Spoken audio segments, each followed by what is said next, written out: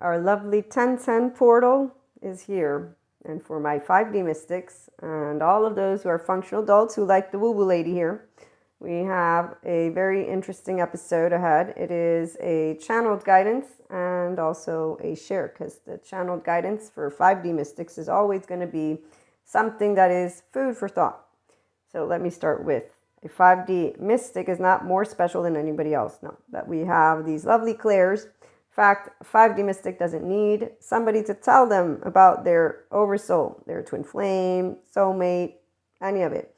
You're actually always securely attached. If you're not here yet, then you're in a 4D spectrum, which isn't good or bad, but that's where your emotional body is not yet in your hands, and that emotional body and emotional body regulation skills are important. Now, we do have our lovely spirituality leaders and or leader. I only look to one of them.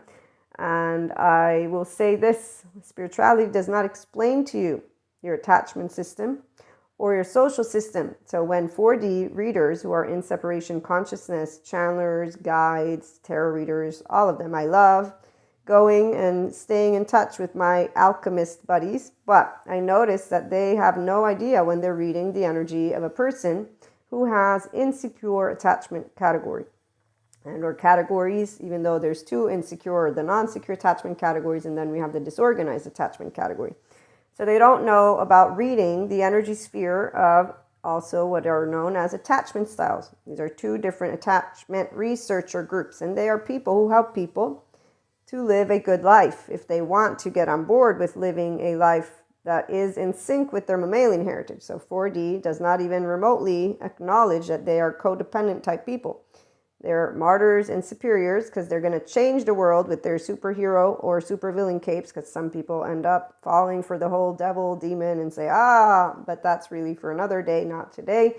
There's a whole explanation behind that one that I was trying to organize for our episodes, and I will do that at a certain point. We also have the let me blame myself when my clairs don't work the way I'm thinking they're supposed to, because I'm supposed to take care of the entire planet Earth and all people. And if I don't do it right, then lo and behold. And this is actually quite sad, because when I've met people with clairs that did the self-blame, they denied themselves the opportunity to keep having clairs. It was too much. The emotional suffering was too much because they should have done better. And then we go to our lovely mental health community right here when they explain what the attachment system does in every human being's body. In the first year of your life, of all of our lives, we have the right mode of our brain online. Now, I do know 4D loves their stories about spiritual warfare, dark energy vampires, and that's very unkind. This is why they're in separation consciousness. This is also why they don't know how to read energy when it comes to people who have the avoidant attachment category, the ambivalent attachment category, or the disorganized attachment category. And the disorganized attachment category has a fragmented sense of self.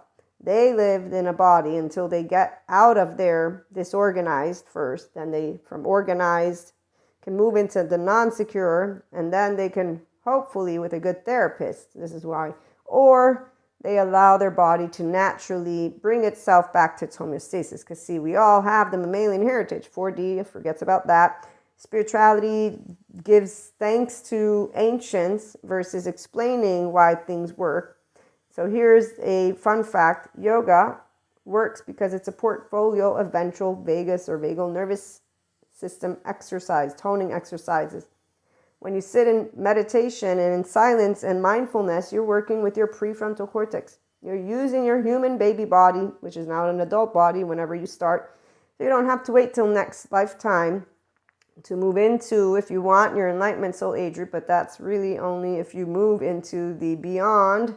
There's this evil devil demon shit, and then there's this angel good shit. It's all in a sphere of energy. Again, I am somebody who grew up with belief systems. I know of them, and my heart still very much Purusha Prakriti, though pure consciousness. It's an energy sphere. I love seeing neuroscience and physicists come in and talk about the right side of our brain, and that's where the consciousness is allocated. I love hearing like Bill Nye's like, if there even is a matrix, you're not going to know about it. And it's like, duh, I was a teenager when I figured this one out. And some people, they keep on thinking that they can see more than somebody else.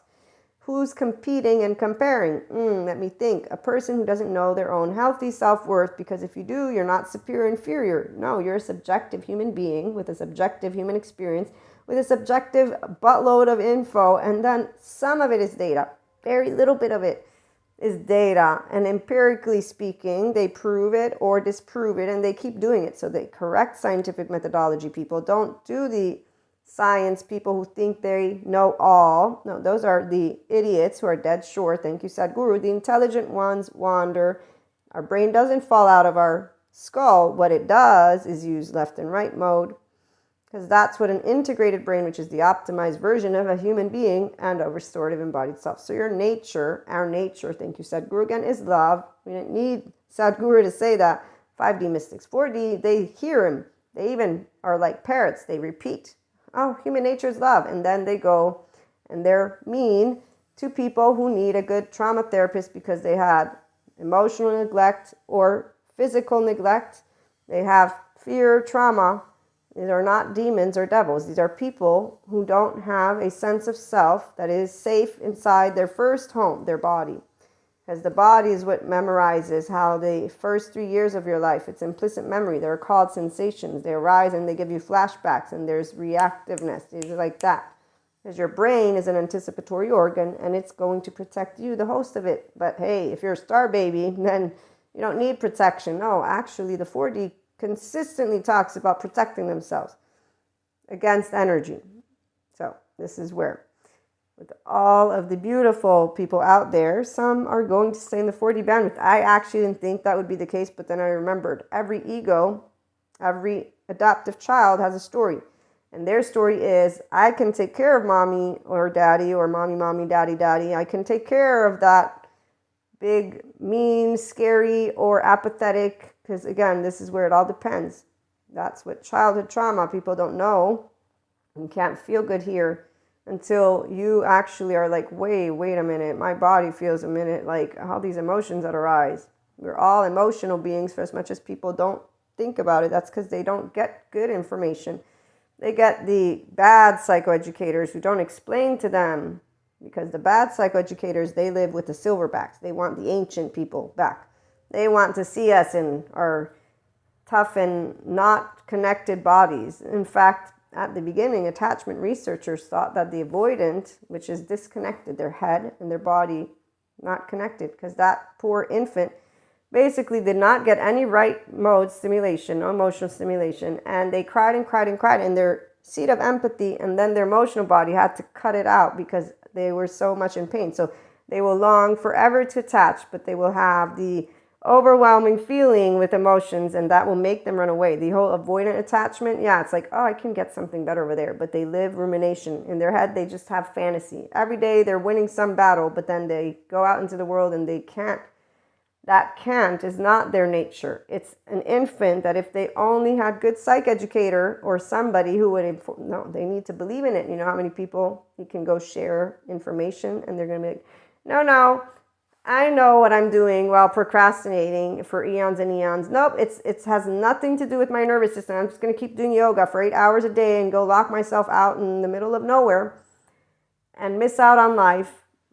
Thankfully, today we have good psychoeducators. So here's the deal. The 4D mystics are going to do their bit as people actually work through other soul age groups. The avoidant and anxious, there's your twin flame. The 4D readers are helping people to get out of that. So at some point or another, they're going to find that other human being that they can attach to. And there you go. They get their emotional regulation based on another. For 5D, it's a different story. We get to regulate ourselves, build relationships minus the drama, but also have compassion and talk about childhood trauma, attachment wounds, and attachment insecurities, and be nice about it, as well as understand that the Zen masters, because 5D are only Zen masters, you lead with compassion here. Your 3-year-old is a whole heart. And so we know when another heart is broken, we're not going to get nasty. We're going to always securely attach people, respectfully say thank you so much for the tango and goodbye if it gets too much. We'll talk about that in part 2. But yes, the ending of a only separation consciousness reader world, because 5D mystics are in town. Isn't it awesome? And I'm thinking about that one. So tune in for more. I hope you're having a wonderful portal day.